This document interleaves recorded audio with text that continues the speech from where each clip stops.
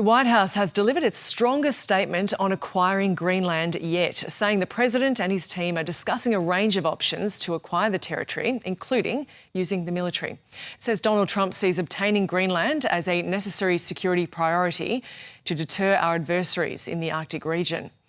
Earlier, leaders from major European powers issued a joint statement rallying behind Greenland, saying the Arctic island belongs to its people. Our Americas Editor John Lyons joins us now from Washington, DC. John, what do we know? Well, Gemma, what we know is that since that dramatic snatch and grab operation, the military operation by the United States in Venezuela the other day, which captured the president, Nicolas Maduro, since then there's been a lot of speculation around the place, especially here in Washington, about what might be next targets. And people like Stephen Miller, who's very close to President Trump, he flagged yesterday in an interview on television that really Greenland was not legitimately part of Denmark. In fact, it was part of the United States, which would be a surprise to anybody who has believed that it's a territory of Denmark and has been accepted as such under international law.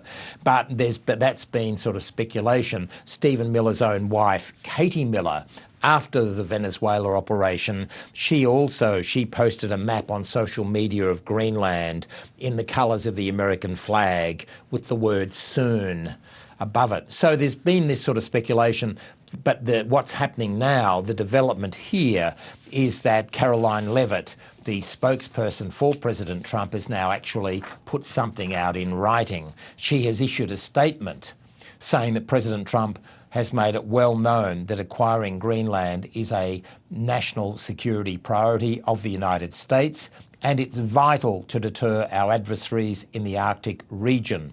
She then goes on to say that the president and his team are discussing a range of options to pursue this important foreign policy goal.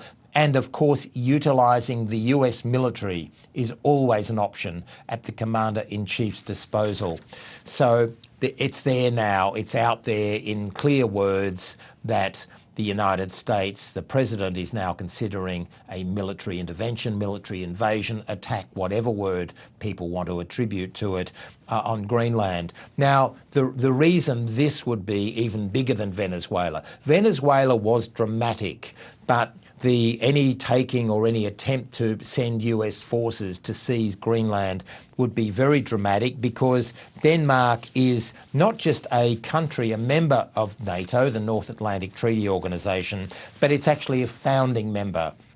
And the Danish, Denmark, it's a territory of Denmark, Greenland. And the Danish Prime Minister, Mette Frederiksen, has warned that the other day that any attack by the US would spell the end of NATO. So this alliance, the most successful military alliance, many argue, in history since World War II, which has prevented many possible wars, is now in danger because the United States says that it should take Greenland for strategic reasons.